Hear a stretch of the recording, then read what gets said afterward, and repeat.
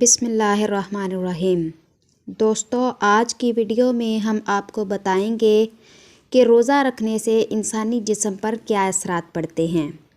کیا آپ جانتے ہیں کہ رمضان کے 30 روزے رکھنے سے ہمارے جسم پر کیا اثر ہوتا ہے؟ اس پر جاپانی سائنسدان نے ایک بڑی کھوج کی ہے اور یہ جاننا ہر مسلمان کے لیے بے حد ضروری ہے۔ جاپانی سائنسدان یوشینوری اوشومی کو 2016 میں میڈیسن پر نوبل پرائز دیا گیا۔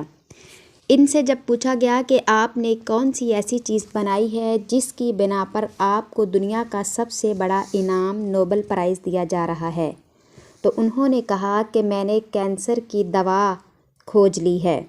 اس بات پر دنیا نے بڑے انداز میں ان کی کاوش کو سراہا۔ اس کے بعد جاپانی سائنسدان نے کہا کہ میں نے کینسر کی دوا نہیں، کینسر سے بچاؤ کا ممکنہ حل تلاش کر لیا ہے۔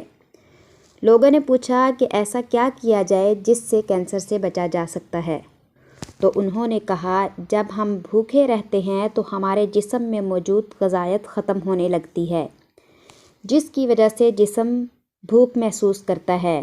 اگر بھوک کے دوران جسم تک کھانا نہ پہنچے تو ہمارا جسم بھوک کی شدت کی وجہ سے ہمارے جسم کے اندر موجود ان زہریلے سیلز کو کھانا شروع کر دیتا ہے جو کینسر کا سبب بنتے ہیں۔ اس عمل کو میڈیکل کی زبان میں آٹوفیگی کہا جاتا ہے۔ اگر آپ چاہتے ہیں کہ آپ کا جسم ایسے بیمار سیلز سے پاک ہو تو آپ کو بھوکا رہنا چاہیے۔